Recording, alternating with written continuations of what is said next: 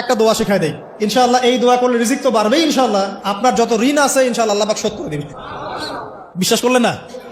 এই দোয়া শিখাই দিচ্ছি, এই জন্য আমাকে হাদিয়া দেওয়া দরকার, স্পেশালি আমাকে এখন হাদিয়া দেওয়া দরকার। এটা গুরুত্বপূর্ণ দোয়া শিখাই দিচ্ছি। আলী রাদিয়াল্লাহু আনহু বলেছেন, কোন ব্যক্তির যদি পাহাড়ের সমানও ঋণ থাকে, এই দোয়া যদি আমল করে আল্লাহ পাক ওই ঋণও শোধ করে দিবেন ইনশাআল্লাহ।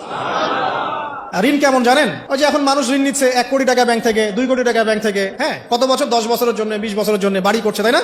তার ধারণা এমন যে সে মারা গেলে তার ঋণটা কেউ না কেউ শোধ করে দিবেই দিবে, তাই তো? আর আল্লাহর রাসূল কি বলছেন দেখেন, একজন মারা গেছেন, নবী সাল্লাল্লাহু আলাইহি ওয়াসাল্লামের সময় একজন মারা গেছেন, তো নবী করিম সাল্লাল্লাহু আলাইহি ওয়াসাল্লাম বলছেন, এই ব্যক্তির কি কোনো ঋণ আছে? একজন সাহাবী বলেন, হ্যাঁ ইয়া রাসূলুল্লাহ, তো ঋণ আছে। নবীজি বললেন, তোমরা ওর জানাজা পড়ো, আমাকে ডেকো না, তোমরা ওর জানাজা পড়ে নাও, আমি জানাজা পড়তে চাচ্ছি না। আমি এখন কেমন করে আপনাকে বুঝাবো ঋণ কত ভয়ঙ্কর জিনিস? আপনি যে ব্যাংক থেকে 3-4 কোটি টাকার লোন নিয়ে রাখছেন, লাখ লাখ টাকা লোন নিয়ে বসে আছেন, দিব্যি সুখে বসে আছেন, এমন চিন্তায় যে আপনার মৌত হবে না। আর নবী সাল্লাল্লাহু আলাইহি ওয়াসাল্লাম সময়ে একজন মারা যাচ্ছেন, তিনি বলছেন তোমরা জানাজা পড়ে নাও, আমি জানাজা পড়তে চাচ্ছি না। মানে ঋণগ্রস্ত ব্যক্তি জানাজাও তিনি পড়তেন না। তারপরে একজন এসে বললেন, ইয়া রাসূলুল্লাহ, আমি তার ঋণ শোধ করে দিব, তার যা ঋণ আছে আমি শোধ করে দিব। তখন নবী এসে জানাজা পড়লেন সাল্লাল্লাহু আলাইহি ওয়াসাল্লাম। তো আপনার এই কোটি কোটি টাকা ঋণ শোধ করার লোক তো রেডি আছে নাকি? আছে না? সমস্যা নেই, আপনার জানাজা পড়া হবে, আপনার মিলাদও হবে, আপনার একটা বড়সড় দোয়াও হবে ইনশাআল্লাহ। কিন্তু আল্লাহ পাক বলেছেন যে শহীদ, আল্লাহর পথে যুদ্ধ করে শহীদ হয়েছে, এই ব্যক্তির আত্মাও ঝুলে থাকে যতক্ষণ পর্যন্ত না তার ঋণটা শোধ করা হয়। এবার বলেন আমি কি বুঝাবো আপনাকে? আর কিছু বলতে হবে? তো এখন সেই দোয়া শিখাচ্ছি আপনাদেরকে, যে দোয়া শিখলে আপনারা ঋণ থেকে বাঁচবেন ইনশাআল্লাহ। কত দিবেন বলেন? আচ্ছা, হ্যাঁ, এই তো শুকরিয়া। দোয়া করবেন যেন আল্লাহ পাকের দ্বীনটাকে আল্লাহর জমিনে প্রতিষ্ঠা করতে পারি। আমার সাথে বলেন, দোয়াটা হচ্ছে আল্লাহুম্মা ইকফিনি বিহালালিকা আন হারামিকা ওয়া আগনিনি বিফদলিকা আম্মান সিওয়াকা। এই দোয়াটা ছোট না?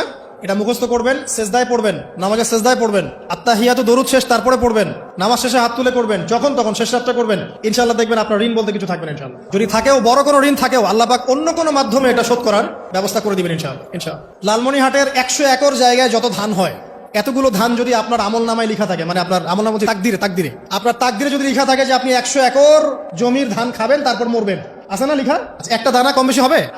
আপনি যদি আল্লাহর প্রতি তাওয়াক্কুলি করেন তাহলে আপনি হালাল পথে থাকবেন, বিশ্বাস করবেন যে আল্লাহ পাক যেটা লিখে রাখছে আমার তাকদিরে রিজিক, এর একটা দানা রেখেও আমি পৃথিবী থেকে যাব না, সিম্পল। তখন আপনার অন্য পথে যাওয়ার কোনো কারণ নাই। আর যখন আপনি বিশ্বাস করবেন না, না এটা আমার হাতে, আমি যত পরিশ্রম করব তত রিজিক বাড়বে, আমি যত ঘুষ নিব তত বাড়বে, যত সুদ খাবো তত বাড়বে, যত দুর্নীতি করবো তত বাড়বে, তখন তো রিজিকের এই পুরো দায়িত্বটা আল্লাহ পাক আপনার হাতে ছেড়ে দিবেন। আল্লাহ পাক আপনাকে কোনো বারাকা দিবেন না। ইয়ামহাকুল্লাহু রিবা ওয়া ইউরবিস সাদাকা। সদকা করলে সম্পদ বৃদ্ধি পায়, আর রিবার মধ্য দিয়ে সম্পদ ধ্বংস হয়ে যায়, একদম মাটিতে মিশে যায়। কিভাবে ধ্বংস হয় সেটা এখন আলোচনা করার সুযোগ নাই, সময় নাই। আমি ইনশাআল্লাহ আরেকদিন শুধু রিবা নিয়ে আলাদা আলোচনা করবো ইনশাআল্লাহ। এটা সমাজের নিচু লেভেল থেকে উঁচু পর্যন্ত দরিদ্র মানুষদেরকে আরো দরিদ্র করবে আর ধনীদেরকে আরো ধনী করবে। সম্পদ এক শ্রেণীর মানুষের হাতে গিয়ে জমা হয়ে যাবে, সবার হাতে সম্পদ এভাবে সার্কুলেট করতে থাকবে না। আর যখন আপনি জাকাত ভিত্তিক অর্থনীতি চালু করবেন, সদকা করবেন, হালালে থাকবেন, ব্যবসা করবেন, তখন সম্পদ এক হাত থেকে আরেক হাতে ঘুরতে থাকবে।